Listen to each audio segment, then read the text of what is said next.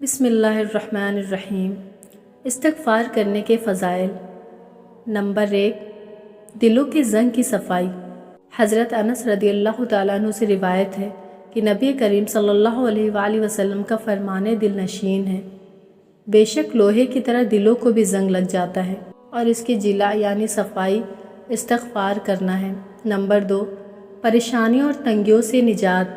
حضرت عبداللہ بن عباس رضی اللہ عنہما سے روایت ہے کہ پیارے آقا صلی اللہ علیہ وآلہ وسلم کا فرمان عالی شان ہے، جس نے استغفار کو اپنے اوپر لازم کر لیا، اللہ پاک اس کی ہر پریشانی دور فرمائے گا اور ہر تنگی سے اسے راحت عطا فرمائے گا اور اسے ایسی جگہ سے رزق عطا فرمائے گا جہاں سے اسے گمان بھی نہ ہوگا۔ نمبر 3، خوش کرنے والے اعمال نامہ۔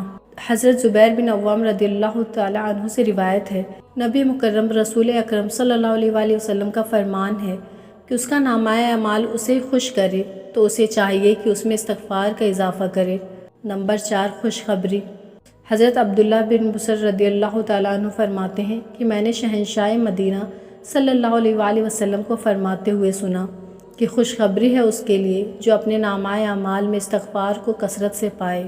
نمبر 5، سید الاستغفار پڑھنے والے کے لیے جنت کی بشارت۔ حضرت شداد بن اوس رضی اللہ عنہ سے روایت ہے کہ نبی کریم صلی اللہ علیہ وآلہ وسلم نے فرمایا، یہ سید الاستغفار ہے، جس نے اسے دن کے وقت ایمان و یقین کے ساتھ پڑھا، پھر اسی دن شام ہونے سے پہلے اس کا انتقال ہو گیا تو وہ جنتی ہے، اور جس نے رات کے وقت اسے ایمان و یقین کے ساتھ پڑھا، پھر صبح ہونے سے پہلے اس کا انتقال ہو گیا تو وہ جنتی ہے۔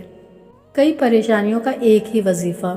حضرت سیدنا حسن بصری رحمۃ اللہ علیہ کے پاس ایک شخص آیا اور اس نے خشک سالی کی شکایت کی، آپ رحمۃ اللہ علیہ نے اسے استغفار کرنے کا حکم دیا۔ دوسرا شخص آیا، اس نے تنگستی کی شکایت کی تو اسے بھی یہی حکم فرمایا۔ پھر تیسرا شخص آیا، اس نے اولاد نہ ہونے کی شکایت کی تو اس سے بھی یہی فرمایا۔ پھر چوتھا شخص آیا، اس نے اپنی زمین کی پیداوار کم ہونے کی شکایت کی تو اس سے بھی یہی فرمایا۔ حضرت ربیع بن صبیح رحمۃ اللہ علیہ وہاں حاضر تھے، انہوں نے عرض کی، آپ کے پاس چند لوگ آئیں اور انہوں نے مختلف حاجتیں پیش کیں، آپ نے سب کو ایک ہی جواب دیا کہ استغفار کرو، تو آپ رحمۃ اللہ علیہ نے ان کے سامنے یہ آیات پڑھی جن میں استغفار کو بارش، مال، اولاد اور باغات کے عطا ہونے کا سبب فرمایا گیا۔ ترجمہ کنز الایمان۔ تو میں نے کہا اپنے رب سے معافی مانگو، بے شک وہ بڑا معاف فرمانے والا ہے، تم پر موسلادھار بارش بھیجے گا اور مال اور بیٹوں سے تمہاری مدد کرے گا اور تمہارے لیے باغ بنا دے گا اور تمہارے لیے نہریں بنائے گا۔ اللہ پاک سے دعا ہے کہ ہمیں کثرت سے استغفار کرنے کی توفیق عطا فرمائے، آمین۔